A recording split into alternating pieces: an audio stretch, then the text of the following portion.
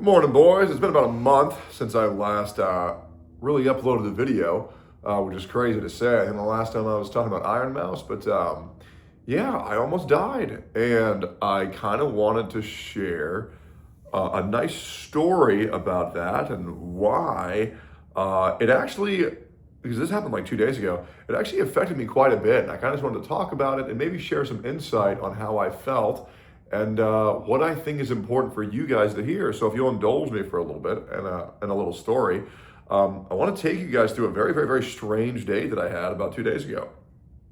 So 2 days ago, I was going to go hang out with one of my close friends by the name of Shinya.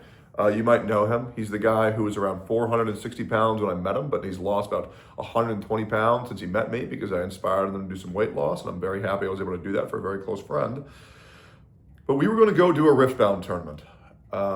And, you know, he got his new Tesla. He wanted to show it off. He offered to drive me, but I know he has a long drive back to Austin after the tournament, and the tournament was going to run till about 1 a.m. So I didn't really want to keep him. So I said, no, I'll drive myself. I'll drive next to you, and everything will be all right. And he said, okay, I really don't mind because I got self-driving. And I said, no, it's fine. I don't want to bother you. So we go to this tournament. I'm going to play Kaisa and Riftbound. I don't know if you know that character. It doesn't matter if you do. But I get there and immediately things are very strange because this white woman comes in, and I want to make it very clear, I have nothing against white women. I think white women are beautiful. But this white woman was a little bit odd, and she immediately comes up to me, immediately. And I want to give you my honest guarantee. Nothing about this story is exaggerated in any way whatsoever. And this is why it was so strange. This woman, she comes up to me and she says, what's your riot ID? And I tell her, well, my riot ID is Tectone. She asked me because on these sites, when you sign up for the tournaments, it'll say your username on these tournaments. I said, my username's Tectone. And she says, that's a funny joke. And I say, funny joke, what are you talking about? And she says, well, last time I was going to go to a tournament, I wanted to sign up, but then you signed up for the tournament and your name's Tectone. And I say, okay. And he says, but you can't be Tectone. And I say, why can't I be Tectone? And this is the point where everybody else at the tournament, because I'm going to be real, I've been offline for a while. I'm a very personable guy. I get very close with the locals very quickly because I'm a people person. I really am. And at this point, because these people know who I am now, some did when I met them, some now do because people talk about me. They start saying, no, he's the real Tectone. And she says, no, and I'm no exaggeration. She goes, no, you can't be the real Tectone. You cannot be him. You cannot be Tectone. And I say, 1 second. That's fun. Can y'all hear that? I don't know if I looked crazy or not. My grandfather clock started going off. Anyways, I picked one up. I love clocks. I got a cuckoo clock as well. I got a grandfather clock. I love it. And I can't remember if this was the time where I said no, or if I said okay, but knowing me, I probably said something along the lines of, no, I'm him.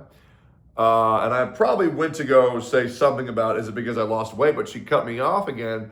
And she says, no, you cannot be Tectone. Don't you know the horrible things he's done? And at this point, a lot of my friends at this tournament started laughing and started saying, no, you can't be the real Tectone. No, you can't be the real Tectone, mocking this woman. And this woman just sits down, looks down at her table, and just starts mumbling to herself for like the next 30, 40 minutes while her boyfriend tries to console her. And I'm like, what the fuck was that all about?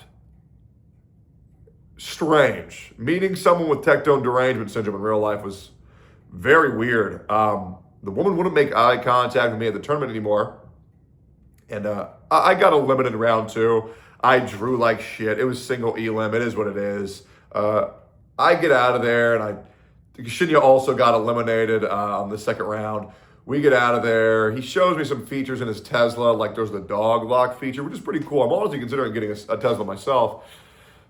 And I say, man, that was really fucking weird, wasn't it? And he goes, yeah, that was one of the weirdest things I've ever seen.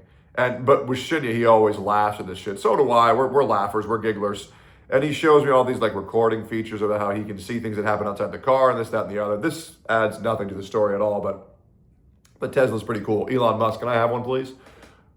Anyways, I get back into my car. I say bye to Shinya. I give him a hug.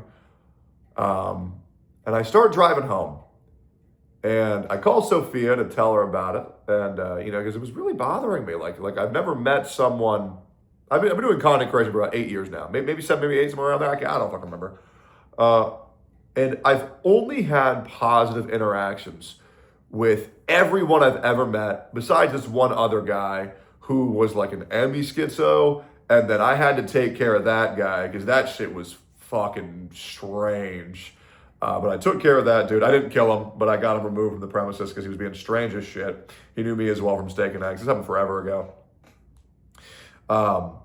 Anyways, it never had a weird interaction like that. Just seeing someone have a mental breakdown by just merely seeing me. And I was very kind to this person. I didn't do anything wrong to this person. I guess there's one other interaction, but I won't get into that until later because that'll spoil some news for you guys that I can't wait to share with you, but I can't share it yet. But I was driving home and I was calling Sophia and I was telling her about this and I was talking about my day and how it was bullshit, how I lost in the tournament. And then I pull into a road to get onto the freeway and I'm already pulled in and it says road closed and there's a police officer blocking the entrance ramp. And so I can't go anywhere. But then slowly more cars start to pile up behind me and they start honking at me as if it's my fault that the roads are closed, as well as a guy got out of his car and was banging on my window, demanding that I go forward. And I say, bro, there's a police officer right in front of me. I can't go anywhere. Do you want me to jump? And this guy seemed out of his fucking mind. The police officer wasn't going anywhere. The road closed was staying closed. I found a way to just make sure there's no officers, make sure I'm not violating any laws. I hit a U-turn and I exit out of there. But it was a very stressful situation. And then, of course, the moment I do a U-turn, then like 3 minutes later, everything clears up and then the road is good to go. But it took me a while to get back on the road and then eventually I did get on the road. So I get on the road and I hang up from the call because it was very stressful and I really wanted to lock in on what I was doing when I was driving. And I'm driving down this highway and I'm going for maybe like 10 minutes. It's about a 50-minute drive. A lot of these tournaments are very far out of the way from where I live. So I drove about 50 minutes to get back to my house. And I hear a noise, like a snake, and my car starts to vibrate. And at this point, I thought I had a flat tire. And then it just stops. And I'm like, oh, okay. I was going to pull over, but I thought maybe it was just a bumpy road. So I keep going for a little bit. And then 5 minutes later, I hear like a fucking explosion. And my car feels like it like bounces. There's nothing in the road at all. It feels like my car bounces and then all of a sudden I have no control of my vehicle for like at least half a second. My car starts going left and I'm looking at my rear views and there's a 16-wheeler, big ass truck coming right at me, about to T-bone me. Somehow I get to turn it in the opposite direction. And I mean this, I shit you not, it's like one of those fucking movies where like there's like a train coming and then like this guy is doing like a matrix flip and then the train like just barely grazes their ear and they're fine. But I avoid this car, barely. Barely. And then there was another car to the right that I oversteered into and then I pulled it back again. So I dodged a 16-wheeler, I dodged this other car, don't remember what it was, and then I get into the left shoulder and I stop my car. And at this point I become a little bit odd. I can't really think. And the reality of what happened is affecting me, but I don't really have a full grasp on what happened yet. And I'm like, okay, I got a flat tire. I can't get out of my car because I'm like so close to this left shoulder and all these cars are whizzing by me. Every single time they go by me, my car shakes. Very, very, very close. I can't get out of my vehicle. And I press the button in my car, I get somebody to come out. And I tell Sophia what happened, and she says, "Oh shit, do you want me to come pick you up right now?" I said, "Oh fuck, that's right, you can do that, huh?" And so she comes to pick me out. I was 14 minutes away from my house again. Anyways, the guy gets my car, no problem. I needed to get my car checked out anyways.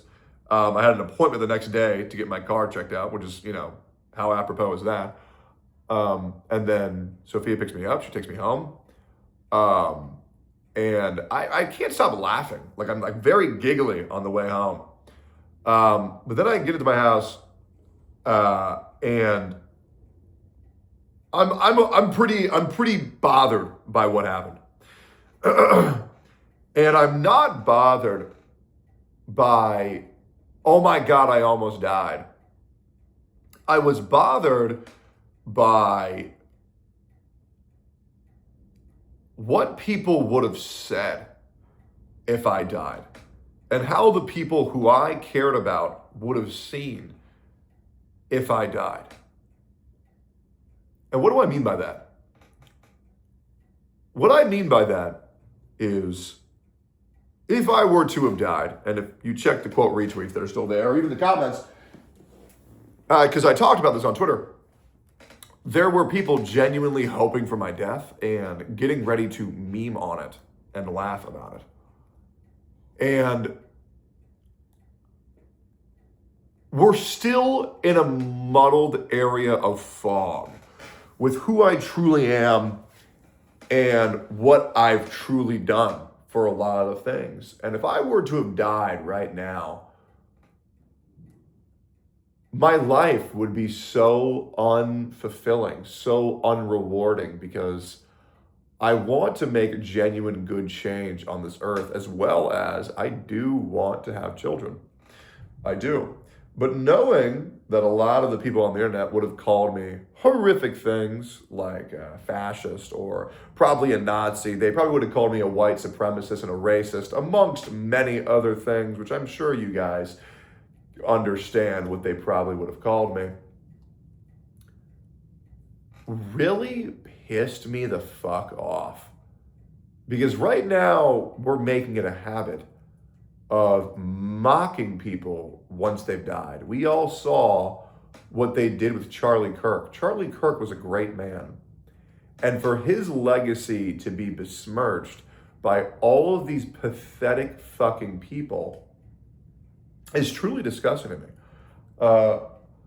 Even with the woman who, for lack of a better term, fuck around and found out and got shot by the ICE officer in the head in Minnesota, I just feel like we're getting a little bit too comfortable of shitting on people the moment they've died.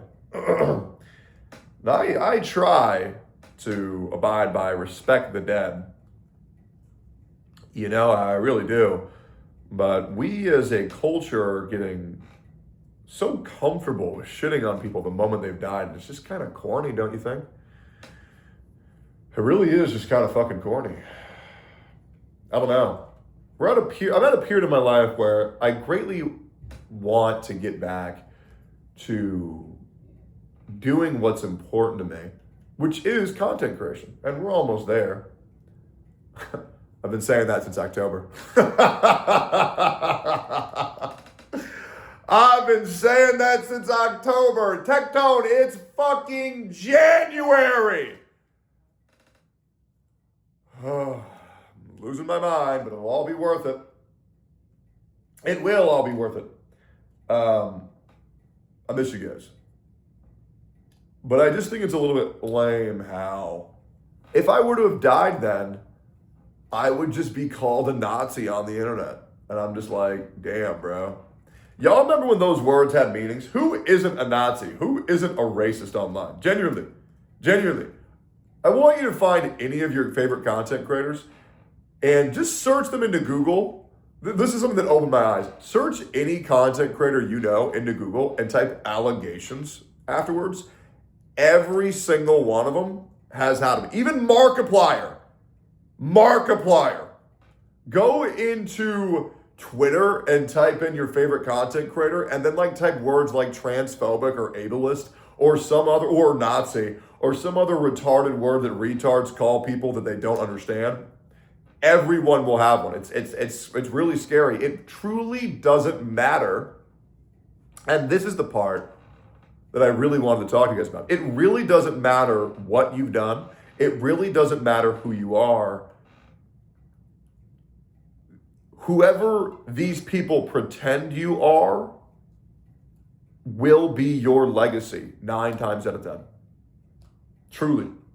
Because that's how internet virality works. The public opinion is decided upon you, and that is who you are. There is nothing you can do. There is nothing you can say.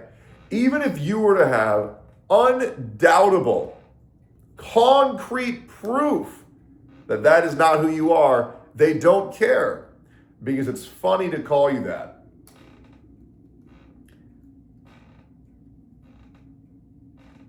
It's wild, isn't it? Think about Asmongold for a second. Think about all the horrible shit he's called on a daily basis. We all know he's just a normal ass dude. Straight up. Think about Donut Operator. We know he's just a good ass dude. It's crazy. Think about Nux. Nux got fucked for years. One of the best people that I know. Same thing with Nicholas Light. Did you see what the fuck happened with him? With One Punch Man Season 3? Everybody's tweaking out on this guy. And once again, he's just a normal, good-ass dude. It's fucking freaky, bro. Because these people, they're the majority. The people of this earth who are so bored with their own unfulfilled lives, who have no issues, have to create issues in their head and feel like they're fighting against them even though they don't exist. Why do you think all of these white women put the Venezuelan flag in their bio, the Palestinian flag in their bio, the fucking BLM in their bio? Because they have no problems in their life at all. So they have to support causes that they have nothing to do with in order to feel sustained in their own life. And that sense of, I've done nothing with my life, so I need to make up issues that don't exist or involve myself in problems that don't affect me whatsoever. That way I can feel good about myself is pathetic. It really, really, really is. But then I started to think when I got home, what was I really thinking about? Because besides all of the what would happen after I die, all that shit, what really stuck out to me is how simple the things are in my life that I care about. And the reason why I know those is because all of those things flash in my head. And there's someone in my life who's very important to me. And I thought, well, even if I died, I'll still take care of them. But then I realized if I'm dead, I can't do that. And then I kind of realized what it is I want to do with my life and who is important to me and how blessed I am to have someone in my life, even some ones in my life, that I care about so much that I realize my job on this earth is not done yet. And I need to make sure that these people are okay before it's my time to retire from the living. Unfortunately, guys, I did not die. If you're watching this, I'm alive. People will use that in a meme in like 20 years when I'm actually dead. They'll say, lol, look at that fucking Nazi, he's dead. Lol. LOL, Tectone died.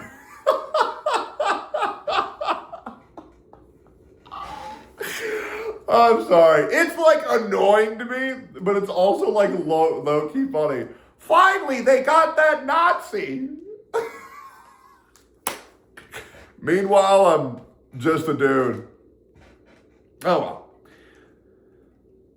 There's one more thing that I wanted to talk about. It was that I was on a walk with my dog Mango, and he looked just very content, very normal. He hears me calling him from out. He heard me say his name. He's waiting for me outside my room, and he started whimpering because he misses his dad. I'll go pet him right after this. Don't worry.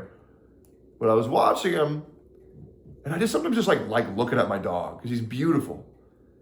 And he picked up this stick, and it's just a stick. And he was so happy. And it really makes you think there are so many things that some people require in this world to truly be happy. And then there are other people who can be happy with just a stick. So maybe try to take a second and find out what simple things make you happy and try to enjoy them. Because at the end of the day, the best vengeance you can get in this world is by living a happy life. Don't let the people who have wronged you control you. Just try to be happy. And it's a choice. It's a hard choice, but make it every day. I got another video that I'll probably make again soon, so I won't be gone too long. But I'm just feeling very grateful to be alive right now. Feeling very grateful to be able to share my thoughts with all you guys. And yeah, I hope I get to see you guys soon.